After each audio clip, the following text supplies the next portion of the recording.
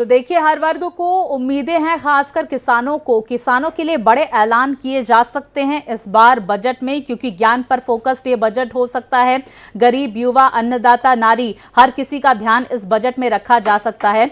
और क्या कुछ महत्वपूर्ण निर्णय इस बजट में लिए जा सकते हैं, इस पर विस्तार से लगातार हम चर्चा कर रहे हैं। हमारे साथ स्टूडियो में रोहित जैन जी मौजूद हैं, चार्टर्ड अकाउंटेंट है। साथ ही मेरे सहयोगी मोहित लगातार पल पल की अपडेट हम तक पहुंचा रहे हैं। मोहित, 10 बजे कैबिनेट मीटिंग होने वाली है और साथ ही देखिए बजट के जो तमाम प्रस्ताव हैं, कैबिनेट की मोहर लगेगी। क्या जानकारियां, कौन कौन पहुंच चुका है संसद भवन, क्या अपडेट? देखिए, मैं आपको बताना चाहूंगा कि अब से कुछ देर पहले, लगभग 10 मिनट पहले, निर्मला सीतारमण फाइनेंस मिनिस्ट्री से निकल चुकी हैं और अब आप देखिए वो कुछ ही देर में राष्ट्रपति भवन पहुंच रही हैं और उसके बाद 11 बजे आप देखिए वहां से निकलने के बाद वो सीधे संसद भवन पहुंचेंगी और संसद भवन पहुंचने के बाद ये बजट पेश किया जाएगा। अब आप एक बात समझिए कि कई सारे आर्थिक सुधारों वाला ये बजट माना जा रहा है, क्योंकि गाँव, गरीब, किसान, महिलाएं, जिनका आपने जिक्र किया, जिस ज्ञान फार्मूले का आपने जिक्र किया, जिस अन्नदाता का आपने जिक्र किया, जिस आपने किसान का जिक्र किया और जिस जवान का जिक्र किया, हर किसी को समाहित करने वाला यह बजट हमें देखने को मिल सकता है। और सबसे बड़ी बात यह है कि जिसका जिक्र मैं और आप और रोहित जी लगातार कर रहे हैं, और खासतौर पर मैं और आप सुबह से लगातार इस बात का जिक्र कर रहे हैं कि टैक्स स्लैब में छूट मिलना, मतलब कुछ टैक्स में रिबेट मिलना, ऐसा मुझे संभव नहीं दिख रहा है। और सबसे बड़ी बात यह है कि जो शहरी आबादी है उसकी कहीं ना कहीं आय में थोड़ी सी वृद्धि भी हुई है, और जो हम विकास दर की, जिसका हमने अनुमान लगाया है, आर्थिक सर्वे में अनुमान लगाया है कि 7% रह सकती है, वो भी इस बात इस ओर इशारा कर रही है कि देश की आर्थिक नीतियां बहुत अच्छी दिशा में जा रही हैं। आर्थिक सुधार में कई सारे कदम उठाए गए हैं, क्रांतिकारी कदम उठाए गए हैं। तो आप एक बात समझिए, इससे पहले हमने तस्वीरों में देखा कि वित्त राज्य मंत्री पंकज चौधरी पहुंच चुके, निर्मला सीतारमण पहुंच चुकी, कई सारे अधिकारी पहुंच चुके, हमने फोटो सेशन देख लिया, उसके बाद हमने राष्ट्रपति आवास की ओर उनका मूवमेंट भी हो गया है थोड़ी देर पहले। ये सारी तस्वीरें हैं, अब से कुछ देर बाद आपको तस्वीरें मिल जाएंगी जिसमें कि निर्मला सीतारमण राष्ट्रपति भवन में अंदर दाखिल होते हुए भी आपको थोड़ी देर में तस्वीरें आ जाएंगी। तो ये लगातार सुबह से कार्यक्रम जारी है। अब स्वाति, हमें ये समझना पड़ेगा कि आखिरकार जो मिडिल क्लास है वो चाहता क्या है। मिडिल क्लास ये चाहता है कि बस 3 वक्त की रोटी मिल जाए, सिर पर छत मिल जाए, पहनने को कपड़ा मिल जाए, जो कि हम रोटी कपड़ा मकान का जिक्र शुरुआत से करते आए हैं। मुझे लगता है मोहित, बजट की कॉपियां क्या पहुंच गई हैं संसद भवन? क्या ये तस्वीरें लगातार जो सामने निकल कर आ रही हैं, बजट की कॉपियां संसद भवन में पहुंच चुकी हैं? ये तस्वीरें देखिए, आप देखिए, क्या जो तमाम मेंबर्स हैं संसद के, उन्हें ये कॉपियां दी जाएगी। बजट पर विस्तार से जानकारियां इन कॉपियों में होंगी और लगातार देखिए तस्वीरें सामने निकल कर आ रही। मोहित, आप बने रहिए हमारे साथ, रोहित जी भी स्टूडियो में लगातार हैं, जो बजट पर पल पल की जानकारियां हम तक पहुंचा रहे हैं। क्या कुछ संभावनाएं हैं आर्थिक आधार को देखते हुए इस बार के बजट में, इस पर हम लगातार चर्चा कर रहे हैं।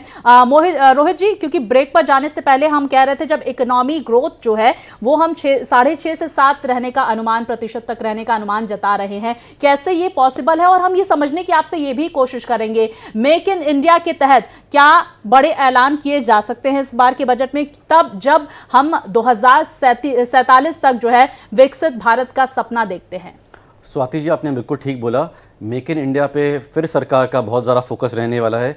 इनफैक्ट इकोनॉमिक ग्रोथ के लिए मेक इन इंडिया के अलावा मैन्युफैक्चरिंग सेक्टर में, मैन्युफैक्चरिंग सेक्टर, R&D को बहुत बढ़ावा दे ये बजट देगा। इसके अलावा infrastructure, defence, green energy, electric vehicle, startups, इसको बहुत ज़्यादा बढ़ावा मिलने वाला है इस बजट में। और तभी जो हमारा इकोनॉमिक ग्रोथ है, जो मोदी जी की विकसित भारत की विजन 2047 की है, वही तभी पूरी होगी है।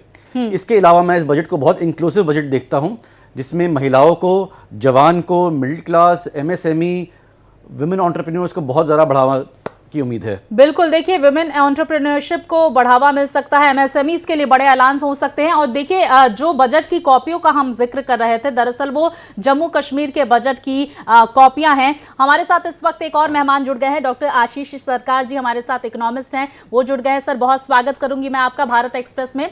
और आपका रुख करते हुए मैं ये समझने की कोशिश करूंगी, आर्थिक सर्वेक्षण के लिहाज से अगर हम समझे तो क्या बड़े ऐलान इस बार के बजट में मोदी सरकार कर सकती है? आशीष सर जी, देखिए, मोदी सरकार कब क्या ऐलान करेगी वो तो ब्रह्मा जी भी ठीक से नहीं बता सकते और मेरी तो औकात ही क्या है। लेकिन ये बात सही है कि पिछले जिस टर्म दोनों टर्मों में हमने देखा जिस तरह से मोदी सरकार ने बजट की घोषणाएं करी जी। और आर्थिक क्षेत्र में, औद्योगिक क्षेत्र में और पूरा का पूरा जो इकोनॉमिक एनवायरनमेंट है उसमें क्रांति लाए हैं। और जिस तरह से पिछले वर्षों में एक फटीक हो गया था जी। हमारी अर्थव्यवस्था के अंदर, उसमें एक नया यौवन भरा है और उसके लिए बहुत सारे ऐसे कदम उठाए गए जिसने पूरा जो कहना चाहिए अर्थव्यवस्था का डेमोग्राफी बदल दिया है। और उसका पूरा परिणाम हुआ है कि आज हमें एक दूसरी तरह की अर्थव्यवस्था दिखाई देती है। देश बदला बदला नजर आने लगा है। अब आप ये देखिए कि हम 5वें पायदान पे खड़े हैं विश्व के अर्थव्यवस्था के अंदर जी। जिसको जहां पर आपको याद होगा, आप तो उस समय शायद जन्म नहीं लिया था जी। लाल बहादुर शास्त्री जब प्रधानमंत्री हुआ करते थे 1965-66 की बात बता रहा हूं। और युद्ध के समय में हमें अब गेहूं मना कर दिया गया था कि हम गेहूं न खाएं क्योंकि हमारे पास में गेहूं इतना था नहीं और हमें जो है किसी तरह से सोमवार का दिन बिना फलों पे और बेर वगैरह खा के हम काटते थे। आज वही देश है कि हम गेहूं सरप्लस हो गए हैं और इतना सरप्लस हो गए हैं कि हमें विदेशों में एक्सपोर्ट कर देना पड़ता है, यहाँ तक कि हम बहुत से अफ्रीकन कंट्रीज को हम फ्री दे रहे हैं। तो इकोनॉमी के अंदर और एग्रीकल्चर और इंडस्ट्रियल एनवायरनमेंट में जो पिछले 10 सालों में एक त्वरण का प्राप्त हुआ, मैं ये नहीं कह रहा हूं कि इससे पहले कोई गति नहीं थी, गति बहुत अच्छी थी, सब कुछ था, लेकिन गति में जो त्वरण यानी एक्सेलरेशन जो हुआ है जी, उसकी गति बहुत तेज है। और इस तेजी की गति से मैं ये चाहता हूं कि मैं अपने इस जीवन काल के अंदर भारत को नंबर 1 अवस्था में, अर्थव्यवस्था में देख सकूं, तो मैं मरने से पहले मैं अपने आप को बड़ा धन्य मानूंगा। हाँ, ये महत्वपूर्ण बातें कही आपने सर। और लगता है कि इसी तरफ हमारी इकोनॉमी जो है वो बढ़ रही है। लेकिन हम आपसे आशीष जी ये भी समझने की कोशिश करेंगे, आम जनता के बीच हम पहुंचते हैं, भारत एक्सप्रेस की लगातार कोशिश होती है कि आम जनता के जो मुद्दे हैं, जो उनकी मनस्थिति है, जो चाहते हैं वो बजट से, वो लगातार हम दर्शकों तक पहुंचाएं। महंगाई पर जनता बहुत परेशान है। आपको क्या लगता है कि महंगाई पर कुछ महत्वपूर्ण कदम उठाए जा सकते हैं? और साथ ही हम इस बात का भी जिक्र करेंगे क्योंकि हमने कोरोना का मुश्किल दौर भी देखा जब उद्योग धंधों की जो स्थिति थी वो पूरी तरह से खराब हो चुकी थी। क्या लगता है एमएसएमईज को लेकर कुछ बड़े ऐलान किए जा सकते हैं? रोजगार को लेकर भी कुछ बड़े ऐलान किए जा सकते हैं क्या इस बार, अगर एज अ इकोनॉमिस्ट आप देखें तो? देखिए, मैं इस समय यहाँ बैठा हूँ इकोनॉमिस्ट के नाते, में अभी राजनीतिक बात नहीं करूंगा, बिल्कुल, और मैं इकोनॉमी की बात करूंगा। अगर आप देश के अंदर अर्थव्यवस्था बढ़ाना चाहते हैं तो महंगाई इज ए इनहेरेंट फैक्टर है। जब पैसा बढ़ेगा, अगर आपके जेब में 100 का नोट है तो आप 100 के नोट के हिसाब से खर्च करते हैं। जब आपके पास में जेब में 1000 रुपए एक्सपेंडिचर दिन भर में खर्च करने को है तो आप अनाप शनाप खर्च करते हैं। देश के अंदर अनाप शनाप पैसा आ रहा है। आप ये बताइए, आज से 30 साल या 40 साल या 50 साल पहले सारा का सारा जो मध्यम वर्ग का और निम्न वर्ग का खर्चा था वो सारा खर्च हो जाता था भोजन के ऊपर जी। आज जो है, जो आप खर्च कर रहे हैं अपने घर पे, वो भोजन के ऊपर 30% से अधिक नहीं खर्च करते। 70% पैसा आप अन्य चीजों में खर्च करते हैं। एजुकेशन है, मेडिसिन है, घर के मनोरंजन है, तो इन सब चीजों में खर्च करते हैं क्योंकि खर्च का दायरा बड़ा है।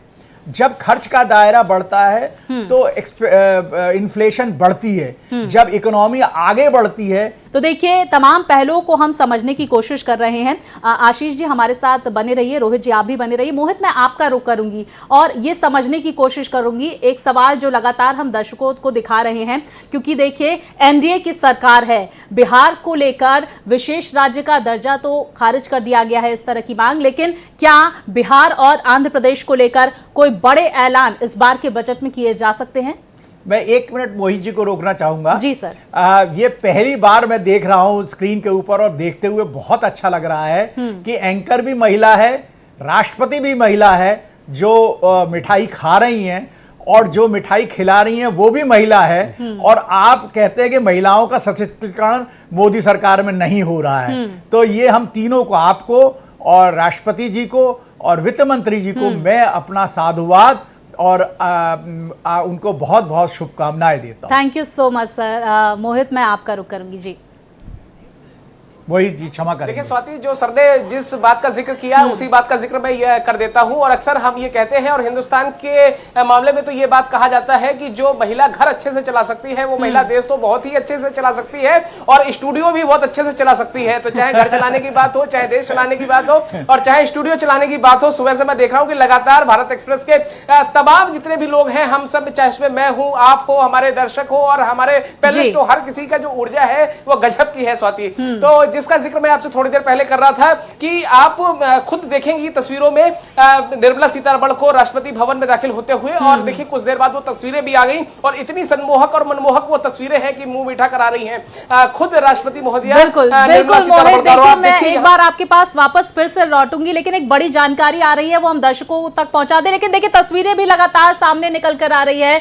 वित्त मंत्री निर्मला सीतारमण तस्वीरों में देखी जा सकती हैं, एक बार फिर से बजट का वो पिटारा दिखाती हुई। आशीष जी।